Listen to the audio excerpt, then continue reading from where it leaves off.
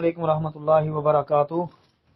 جی محترم بھائی، زکوٰۃ کے متعلق بھائی کا سوال ہے۔ جی بھائی، 7.5 تولے سونا ہو یا 52 تولے چاندی ہو، یہ جس طرح آپ نے کہا ہے کہ پیسے ہیں اور کچھ 3 تولے سونا بھی ہے، تو بھائی کچھ علماء کہتے ہیں کہ ساری چیزوں کو ملا کے، یعنی نقدی کو بھی اور جو تھوڑا بہت سونا ہے اس کی قیمت بھی لگا کے، تو سارے اکٹھا حساب کر کے زکوٰۃ دینی چاہیے۔ بعض کہتے ہیں نہیں، اگر اس کے پاس سونا یا چاندی اتنا نہیں ہے کہ جو نصاب کو پہنچتا ہو، اگر نصاب کو نہیں پہنچتا تو پھر اس کو چھوڑ دیں، تو جو اس کے پاس نقدی ہے اگر اس کے اوپر سال پورا ہو جاتا ہے تو پھر چاندی کا حساب لگا کے زکوٰۃ ادا کر دے۔